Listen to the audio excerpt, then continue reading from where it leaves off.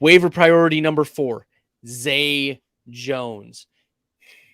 I'm kicking myself because I was about to write up Zay Jones as my breakout player for week 3 in my fantasy data article for rankings versus expert consensus.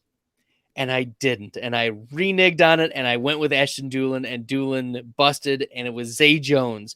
But I had reasons why. Zay Jones was playing all the snaps.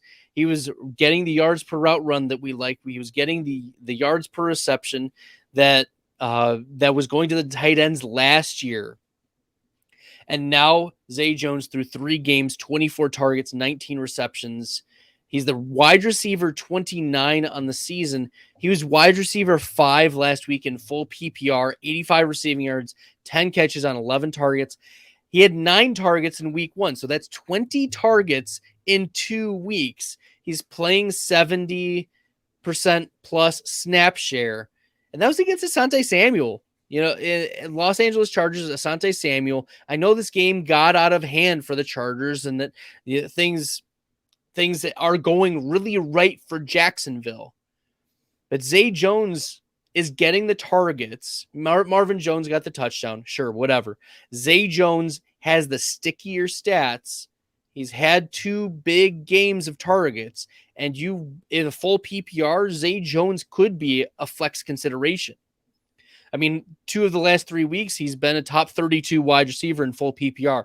So that's the type of player that's going to be a difference maker and cheap off the waiver wire.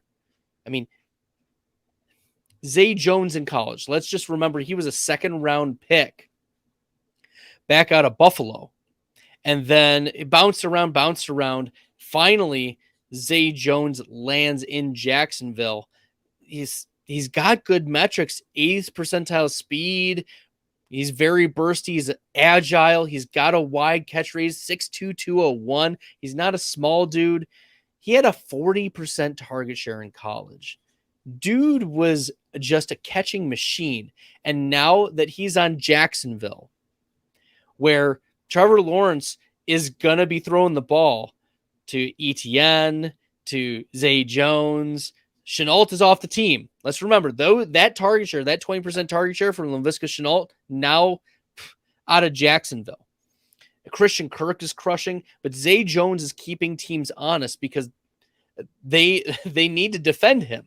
He's going to make them pay. And so you want to make sure that Zay Jones, who is a low ADOT wide receiver, but a high target wide receiver, he's a safety valve for Trevor Lawrence. You want to make sure you have him in PPR, and I wouldn't even mind having him as waiver priority 3 over Romeo Doubs if that's your preference.